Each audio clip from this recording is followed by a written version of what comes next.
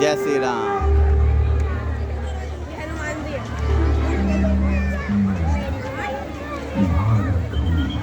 आवाज देखो, आवाज भी ना आ रही है। आगंतुकों का हार्दिक स्वागत है। यार जब से टाइम मिला विलुप्त हो रही कृषि परंपरा का पुनरुत्थान की गाथा योग वन से प्रारंभ करने की चेष्टा की गई है।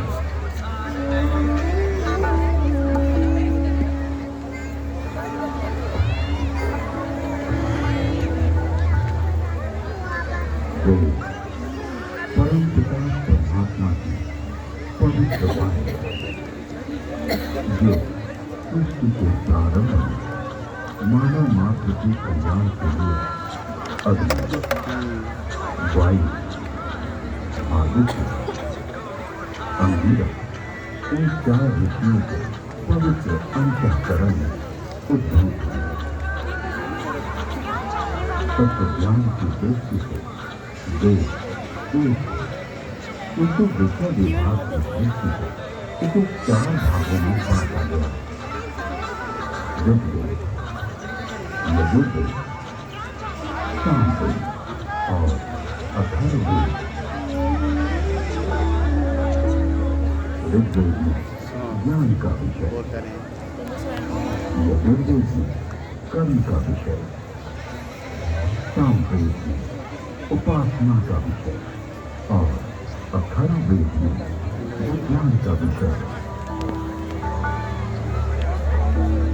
विश्व साहित्य का प्राचीनतम ग्रंथ वेद मानव जाति के प्राचीनतम ग्रंथ होने के कारण उस समय की सभ्यता, संस्कृति, आचार विचार और कर्तव्य आदि को जानने का स्रोत वेद है।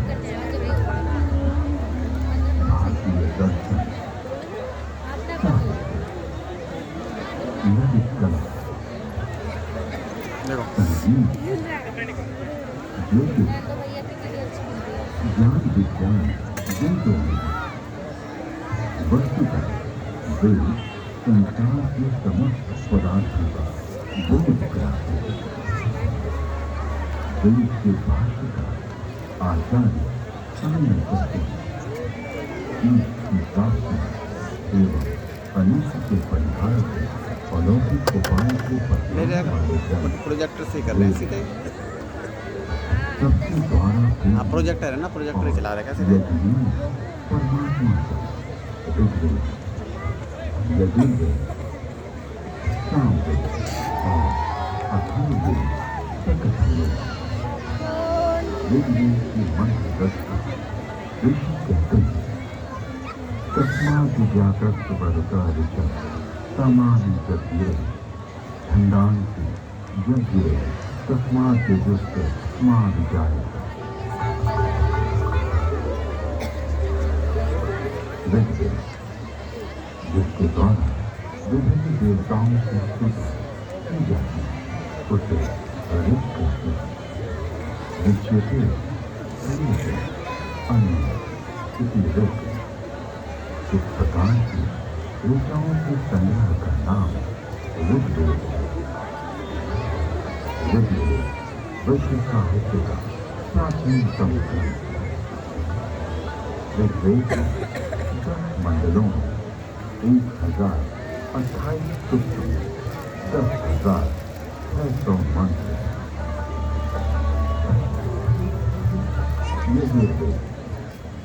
यजुर्वेद में कर्मकांड का प्राधान्य जिसकी समाप्ति अनियत अक्षरों वाली है अथवा जो गद्य में है उसे यजुर कहते हैं।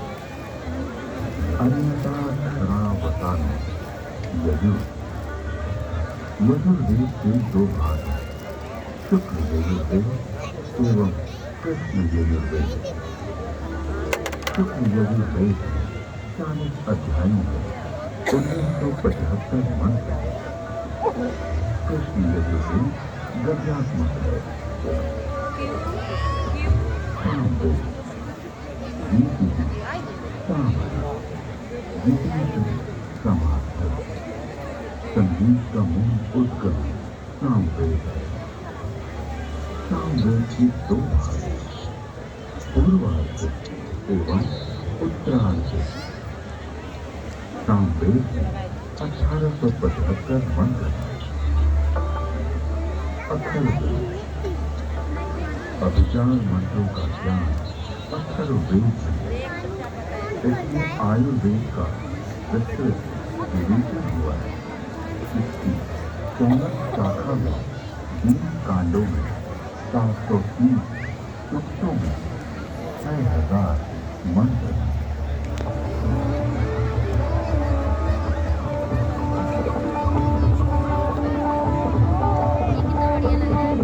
ये है लेजर लाइट शो, ये है। हाँ, ये है लेजर लाइट शो।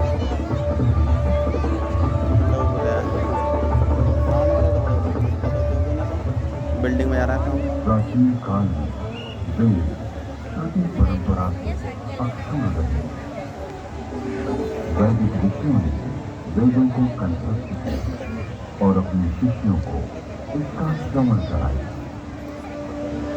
शिष्यों ने सुनकर वेदों को कंठस्थ किया और उन्होंने अपने शिष्यों को सुनाकर कंठस्थ कराया। इस प्रकार श्रुति परंपरा से वेद अक्षुण बने रहे। वेदों में किसी भी प्रकार की मिलावट न हो सके, इसके लिए वैदिक ऋषियों ने विस्तृत पाठों का निर्माण किया। वेदों में मंत्र दर्शक ऋषियों का उल्लेख है, जिन्होंने मंत्रों का साक्षात्कार किया। इस परंपरा में सप्त ऋषियों का विशेष महत्व बतलाया गया है। सप्त ऋषियों का वैशिष्ट्य उपनिषद एवं पुराणों में मिलता है।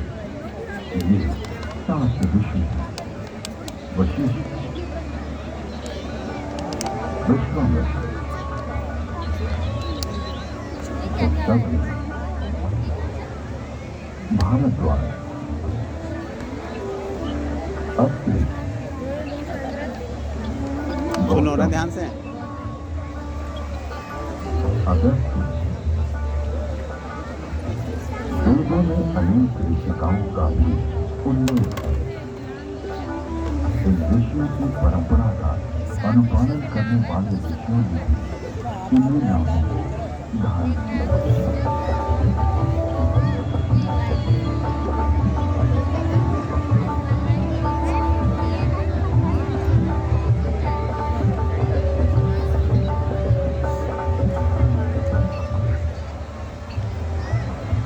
आज विश्व में जिन आविष्कारों का श्रेय पाश्चात्य जगत द्वारा लिया गया है, उसे हमारे प्राचीन ऋषियों द्वारा तथ्य सहित हजारों वर्ष पूर्व प्रमाण सहित वेदों में उल्लेखित किया गया है।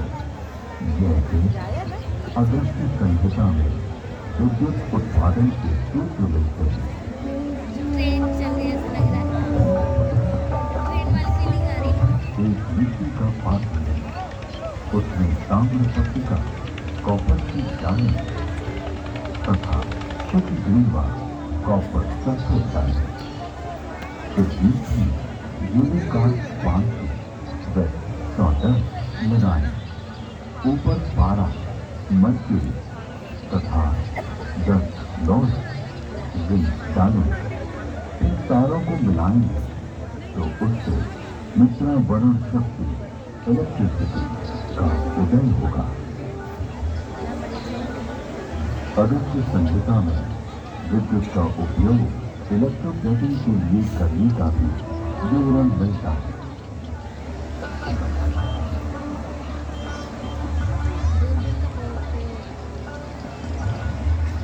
अतः अगस्त्य को कुंभोदय बैटरी बम भी कहते हैं।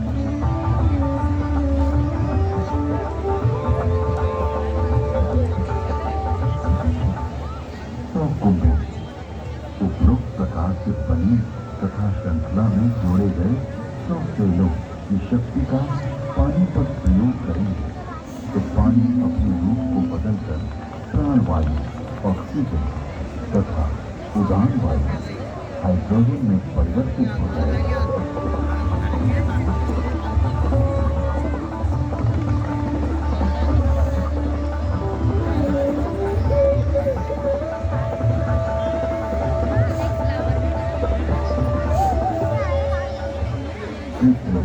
स्वर्ण अथवा रजत के लेप को संस्कृति कहा जाता है।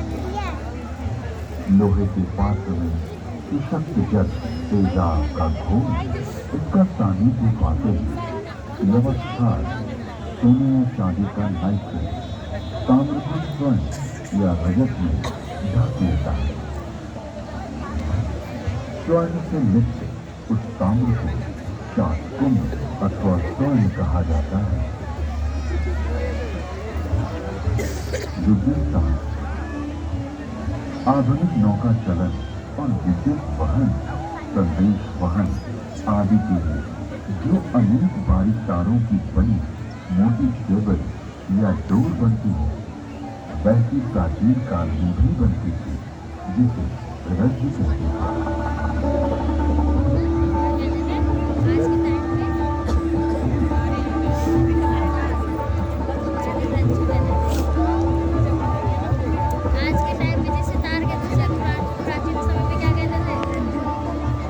नौ तारों का एक बनता है, 9 सूत्रों का एक गुण, 9 गुणों का एक पाठ, 9 पाठों से एक रश्मि और 9 8 7 या 6 रज्जु रश्मि मिलाकर एक रज्जु बनती है। आकाश में उड़ने वाले गर्म गुब्बारे, इसके अलावा अगस्त्य मुनि ने गुब्बारों को आकाश में उड़ाने और विमान को संचालित करने की तकनीक का भी उल्लेख किया।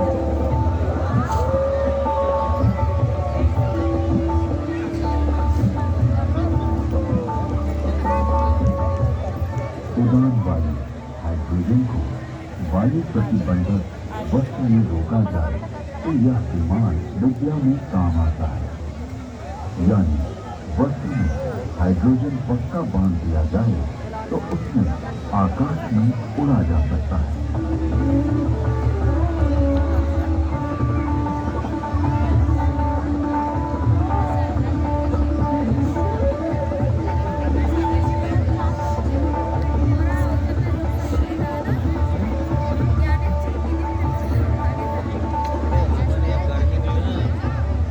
विमान वायु पर उसी तरह चलता है जैसे जल में नाव चलती है। तत्पश्चात उन काव्य पंक्तियों में गुब्बारों और आकाश हटके में रेशमी वस्त्र लोग कहा गया, क्योंकि वह बड़ा लचीला होता है। वायु सुरण वस्त्र प्राचीन काल में ऐसा वस्त्र बनता था जिसमें वायु भी जा सकती थी।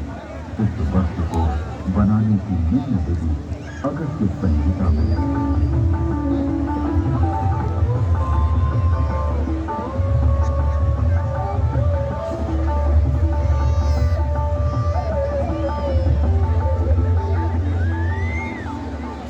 पृथ्वी का सूर्य की परिक्रमा करने का वर्णन ऋग्वेद, यजुर्वेद और अथर्ववेद के मंत्रों में मिलता है।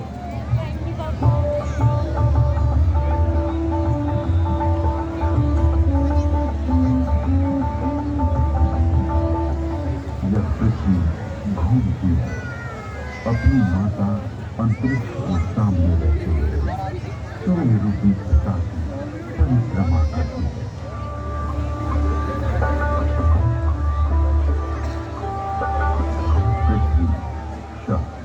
सूर्य कृष्ण की प्रदक्षिणा करती है।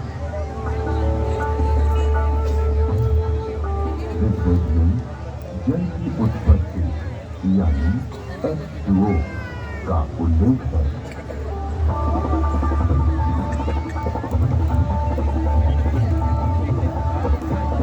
जल की प्राप्ति पवित्र ऊर्जा, एनर्जी, वाले मित्र, ऑक्सीजन और दोषों को नष्ट करने वाले वरुण, हाइड्रोजन को ग्रहण करता हूँ।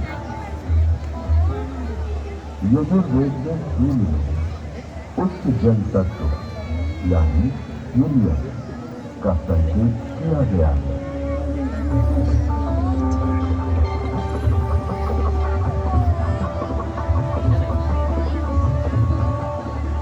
उच्च शक्ति से युक्त हाइड्रोजन जो कि हीलियम के रूप में है, सूर्य में है।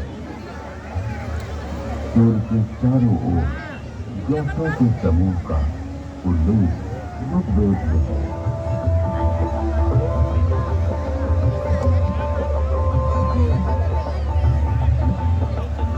ऋग्वेद में भी सूर्य की गति और प्रकाशक होने का वर्णन है।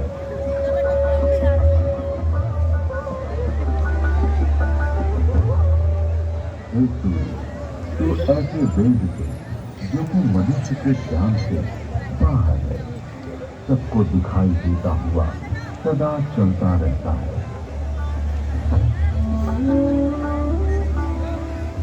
विश्व के प्रथम वैज्ञानिक अथर्वा ऋषि के अनेक आविष्कार का उल्लेख वेद में प्राप्त होता है। एक, वृक्ष आदि से अग्नि, ऊर्जा। अथर्वा ऋषि ने मंथन, घर्षण, फ्रिक्शन से ऊर्जा उत्पन्न की।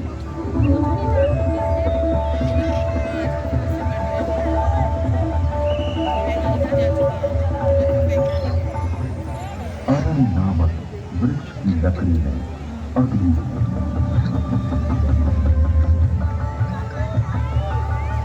दो पत्थरों से रगड़ से भी अग्नि उत्पन्न होती है।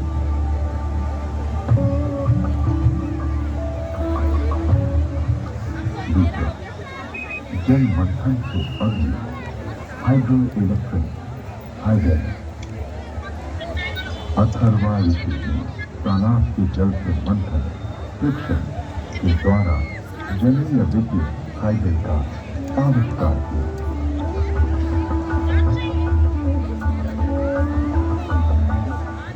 तीसरा, भूगर्भीय अग्नि, पुरुष अग्नि, oil and natural gas.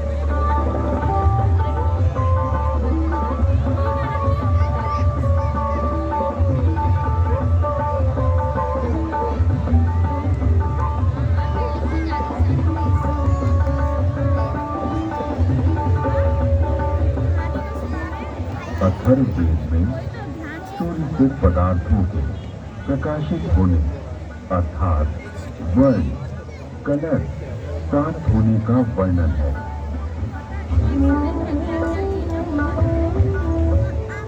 Rigveda में सौर ऊर्जा का स्पष्ट उल्लेख प्राप्त होता है।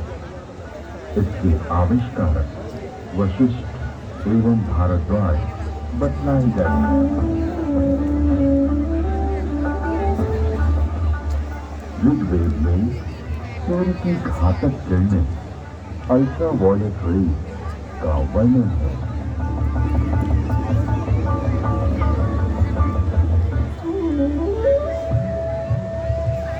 ऋग्वेद और अथर्ववेद में ओजोन परत यानी ओजोन लेयर का वर्णन है।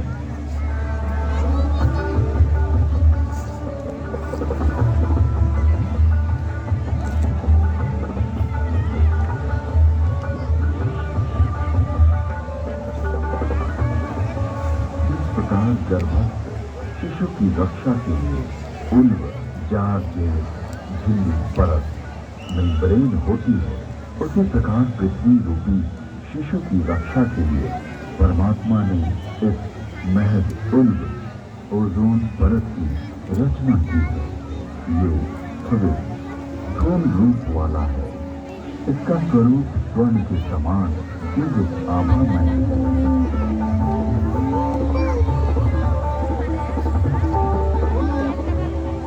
ऋग्वेद में पृथ्वी का अपनी धूरी पर घूमना बतलाया गया है।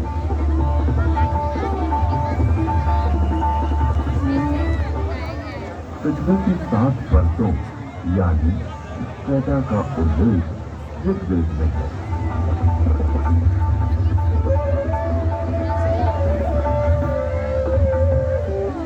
वेदों में पर्यावरण के संघटक तत्वों का निरूपण अनेक स्थानों पर किया गया है।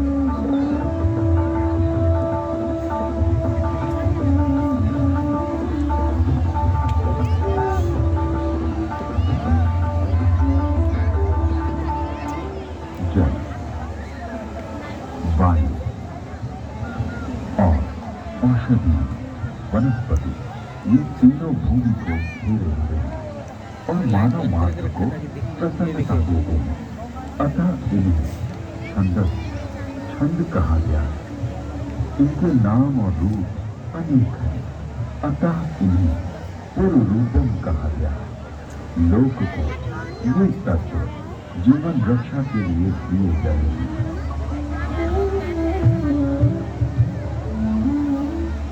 यजुर्वेद में ये स्पष्ट रूप से कहा गया है कि वेद का ज्ञान सभी के लिए है।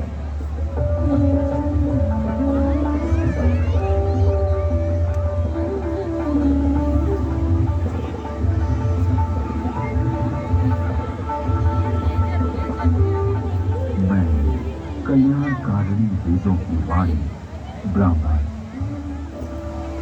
क्षत्रिय, वैश्य, शूद्र बल्कि अति शूद्र आदि सभी लोगों के लिए देता हूँ। इसलिए अपने बीच किसी को भी असमान न समझो, किंतु सभी विद्वानों के प्रिय बनने और सभी लोगों को दान देने का यत्न करो और सदा सभी की समृद्धि की कामना करो।